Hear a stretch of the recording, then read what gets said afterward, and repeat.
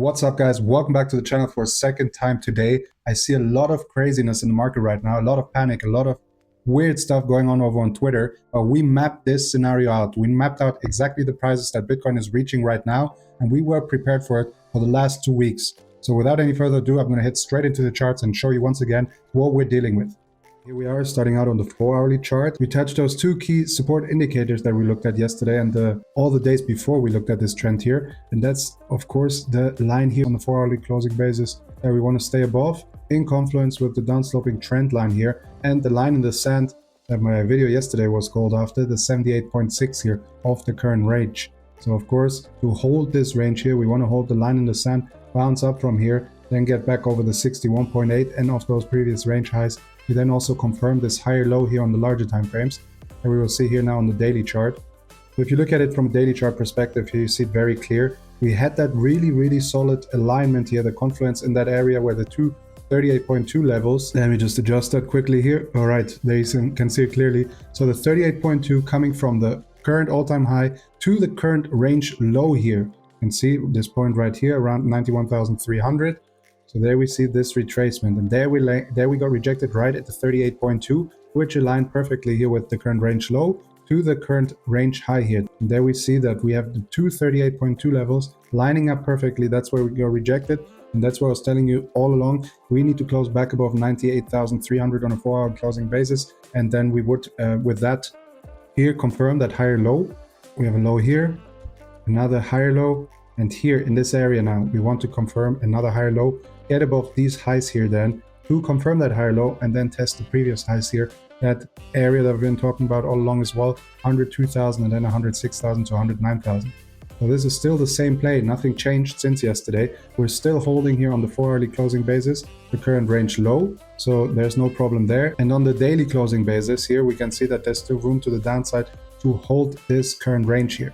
But to be honest, we don't want to go that low. If we get rejected and get back down there, then there's likelihood that after so much penetration, eventually it breaks. And another thing comes into play that is really important to look at right now. If we look here at the EMAs, the 20 and the 100, the two moving averages that we've been looking at here for the last couple of weeks, then we can see that we're bouncing off the 100 right now. That's in perfect alignment with all the support that we just saw on the other chart, right? On the 4-hourly chart, these Fibonacci levels here, the support of the downsloping trend line, the 4-hour closing low, and then of course here now also this key moving average. If we look back, this is what I told you guys. Spoke about it a bunch of times now, but if a range becomes too big, right? If we try to find demand in a range for too long to break out of it, we are likely to then break down from it. So this is what happened here. We came out of this smaller range here, and this is exactly what we're looking for now. This smaller range here is basically a year ago, so from December 23 to February 24. And there what happened is after we lost the the faster moving average here, the 20 EMA on the daily chart, then we went down to the 100 EMA, bounced off it, regained the 20 as support and rallied up on it.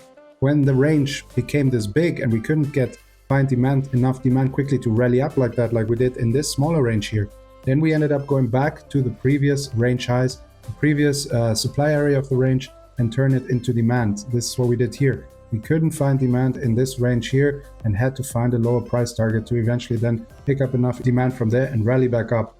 This is what we spoke about all the last few days, and here we can see it now. We're trying to get that bounce here off the 100 EMA on the daily chart and trying to get back above that green line where you see that the 20 is in perfect alignment with those two 38.2 Fibonacci levels and the current range highs here on a closing basis. So this is what we want to do here, still exactly the same. The price is trading lower today than it was yesterday, but it's not that much lower than it was overall here in the range. You can see we came down to these levels or close to them a bunch of times, and we're just about 2 weeks ago we were sitting way lower than this, and also touched the 100 daily EMA here. So this is the bullish play now. Find a bounce in this area. Don't start closing below the 200, because as we saw, once we did that, once we closed below it, that we didn't do here in this range, and eventually then had to retest the previous range, pick up demand from there. So really important here, hold this moving average, close above it. Ideally, we want to just rally up from there now and close back above the 61.8, above 95,800 roughly, to then continue in this range and test the 20 EMA, the area of 98,300. Then we look here on the 3-day chart, and there we see it very clearly here, the structure of those higher lows that we're trying to form here now on the 78.6, right? Right, guys, nothing new here. Just wanted to make a quick video to update you guys on the price action, on what's happening in the charts right now. I see a lot of fear, a lot of panic, a lot of people screaming bear market already. So that's why I always tell you, plan your trades and then trade your plans. If you map everything out, if you prepare for both directions, then you always have an opportunity wherever the price goes. And right now, this is a huge opportunity for a lot of altcoins as well. I made a video about Solana earlier. People were going crazy, especially because there's so much FUD right now with the Argentinian president and so on.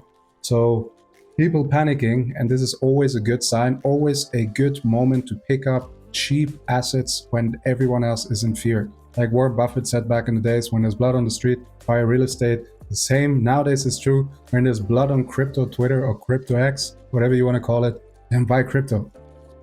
Of course, guys, gotta mention at this point, this is not financial advice, only for educational purpose. Hope you get some entertainment out of it too. And if you do, smash up the like button, subscribe, put on that notification bell so you get notified. You know, there's a big video coming out soon where I'm talking about trading strategy for the first time in a detailed series about very strong strategy that you can apply in any market condition, bull market, bear market, consolidation phases, whatever. Easy to apply for any level of trader, part of my strategy at all times. And yeah, I'm looking forward to post this, guys, and see what you have to say. Right, guys, you know the numbers, you know where the confirmation lines lay. So no panic, just get ready for whatever you want to do. Keep your eyes on the charts and don't panic. Always plan your trades and trade your plans. Right, guys, I'm out for today. I was on a bit on a roll today, 2 videos in one day. I hope you guys appreciate the content and the updates. I'm going to continue posting, always stick to Monday, Wednesday, and Friday. As you see, there's more videos coming out now, a lot of action in the market. And when that is the case, I don't want to stick to just the 3 days. I want to bring out the content whenever I feel like you guys need to see it. Right, guys, I'm out now. As always, happy trading and see you soon.